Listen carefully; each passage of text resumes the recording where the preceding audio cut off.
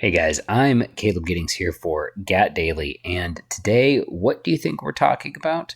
That's right, we're talking about President Biden's new proposed nominee for the director of the ATF. Now, here's why this is important. Do a little backstory on this to start with. The ATF hasn't had a full-time director since the last guy resigned in 2015. The ATF director's position has to be confirmed by the Senate.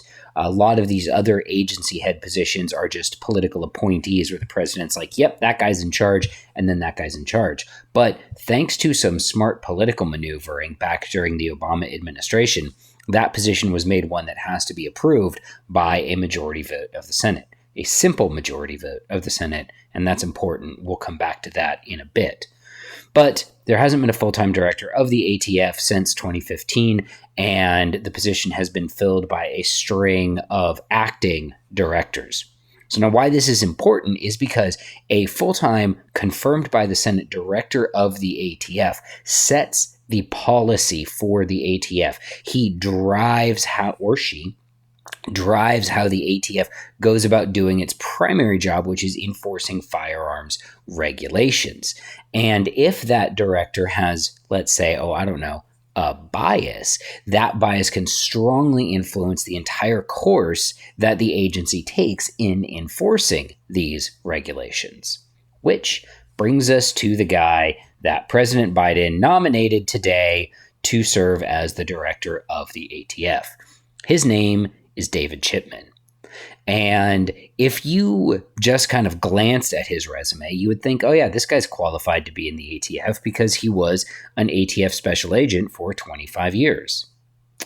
That leaves out what he's been doing since he got out of the ATF. Since he got out of the ATF, Mr. Chipman served as a special advisor to a little group called Everytown for gun safety, which you've probably heard of, and currently serves as a senior advisor to the Giffords gun control group. So that's right, the president nominated a guy who has outright said that guns should be banned to be the head of the agency that would be responsible for enacting and enforcing that ban. I cannot get over what a crazy conflict of interest that is. I mean, that would be like, I can't even draw a comparison to that. It would be like having the head of those anti-smoking commercials that were so prolific when I was younger, go be the head of the regulatory agency that oversees the tobacco industry. It would be like having the head of some hippie communist group that hates cars become the head of the agency that oversees the car industry. It's the president nominated someone who would be perfectly happy if the firearms industry was driven out of business to be head of the ATF. And that is extremely concerning. But you know what's funny? That's not the most concerning thing on Chipman's resume. The fact that he's worked for the Giffords group or Everytown or for ShotSpotter, all of these anti-gun organizations, no. That's not the most concerning thing on his resume because his resume got leaked. And when he was the ATF agent, or an ATF agent, I should say, do you know what he was? He was the case agent for the Branch Davidian case. If you don't know what the Branch Davidian case is, you might know it better by its more common term, the Waco massacre. You know, when the federal government killed a bunch of unarmed people and burned down a building full of kids. I remember that. I was alive when that happened. He was there. He was the case agent for it, and he lists that on his resume that that's something he feels like he should be proud of, was being the case agent for that. Are you kidding me? We we made sure Lon Horiuchi could never work in the firearms industry after he left the ATF because he shot because of the whole thing that happened with the Weavers. Like, that happened. Regardless of how you feel about that, we made sure that guy would never work in the gun industry again.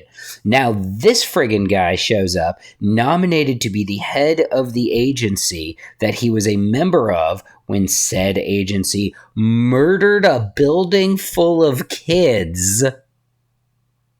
And we're okay with that? I mean, I'm obviously not okay with that. I'm not okay with his nomination. I'm not okay with the fact that this guy is as diehard anti-gun as they get, and he's been nominated to be the head of the ATF. I don't fuck with that in any way, shape, or form. So we have already established that the guy is incredibly biased against the firearms industry, was, either at Waco or, had knowledge of what happened at Waco and is proud of it and put it on his freaking resume. So what do we do? Where do we go from here? How do we deal with this situation as gun owners? Well, thank God for the Senate, I guess. I mean, look, this is one time where past political maneuvering could work in our favor because he has to get 51 votes in the Senate to get confirmed. And you're like, well, Caleb, it's a split Senate. It's 50-50. So, future dictator for life Harris is just going to be that 51st vote. Maybe. If the Republican Party can hold the line and keep all their little ducks in a row and nobody votes to confirm this a-hole, then there's 50 against. Then all we got to do is we got to get like a Joe Manchin or a John Tester or the chick from Arizona whose name escapes me, and I feel kind of bad about that. Any one of those three people, just one of them. We got to get one of them to flip, and then this guy doesn't get confirmed.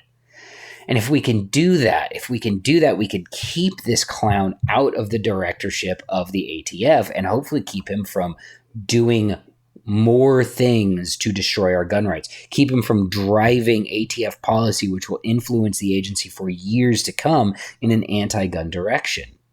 But we got to get one of those senators. So if you live in one of those states, if you live in Wyoming or West Virginia, almost heaven. Anyway, if you live in Wyoming or West Virginia or Arizona, contact your senators. Absolutely no joke. Contact your senators and urge them in no uncertain terms to oppose the nomination of David Chipman to the directorship of the ATF. Point out his conflict of interest, his actual conflict of interest in working for a gun control organization and then being nominated to run the ATF. Point out the fact that, it's gross that he's proud of the fact that he worked on the Branch Davidian case. I don't care. But whatever you do, do it respectfully, do it politely, and do it directly. Don't rely on one of the content aggregator forms that some of the pro-gun advocacy groups put out. You go find that rep's email address. You type up your email, Dear Senator so-and-so, I am writing to let you know that I, as your constituent, strongly oppose the nomination of David Chipman, noted dickbag, don't put that last part in there, to the office of the director of the Bureau of Alcohol, Tobacco, and Firearms. And then go into your reasons, all right? Now, I say this hopefully knowing that we'll be able to get his nomination torpedoed. However, if we can't, they might backdoor him in there and just appoint him to be acting director, which would suck because he is an anti-gun wonk and hates gun rights and hates your freedoms. So hopefully we won't get backdoored on this. We could, but we still have a means of opposing this guy's nomination. Contact your senators, especially if you're in Wyoming, West Virginia, or Arizona, and let them know that you oppose the nomination of David Chipman to the office of the director of the Bureau of Alcohol, Tobacco, and Firearms. In my opinion, his nomination is the scariest thing that happened to gun rights today. The executive actions that the that the Obama administration, that the Biden administration are pursuing around 80% receivers and pistol braces are also very concerning. But in my opinion, the nomination of an anti-gun policy wonk to head the agency that oversees the firearms industry is far scarier because, again, he can drive policy within that agency in a way that would be detrimental to gun rights for years and years to come, beyond just the loss of something like 80% receivers or pistol braces. Could make it difficult for FFLs to go into business, make it difficult for FFLs to get their licenses renewed, crack down on FFLs for one of the things that happened during the Clinton administration is they cracked down on FFLs for minor paperwork violations where no crimes were committed, but because they messed up their paperwork here and there, they would get their licenses yoinked. And that was all part of a targeted program to reduce the number of federal firearms licenses, which does what? It makes it harder for people to get guns. And that's what they're trying to do, is make it harder for law-abiding citizens like you and me to get guns. So one last time with feeling, please contact your please contact your senators and urge them to oppose the nomination of David Chipman to the office of the director of the Bureau of Alcohol, Tobacco, and Firearms. I'm Caleb Giddings for GAT Daily. Thanks for watching, and good luck out there.